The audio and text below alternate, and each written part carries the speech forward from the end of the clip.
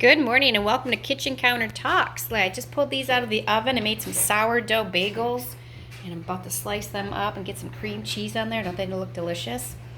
Over here I pulled out the last, 10-15 pounds of the carrots from in the fridge, and I'll link to below on how I store them for so long. I decided to get them washed and brought in. I only had to throw out a couple of them are starting to grow some little sprouts right here, so that's probably taking the nutrients from the carrots, and I would prefer to go ahead and eat that.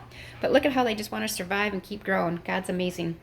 And then over here I have some masa that I'm going to make tostados with carnitas for dinner tonight, and for lunch I'm using the lentils to make a minestrone lentil soup, so I'm going to do that for lunch.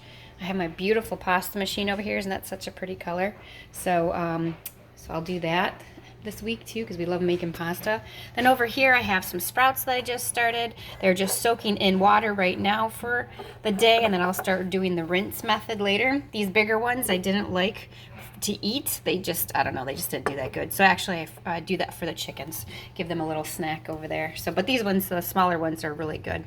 So, and then I've got my tinctures back there that I gotta take. There I've have my sourdough starting to rise. I mixed it up with some fresh ground wheat berries that I did this morning, and then some applesauce for a snack later. So that's what I've got in my kitchen. What do you guys got going on?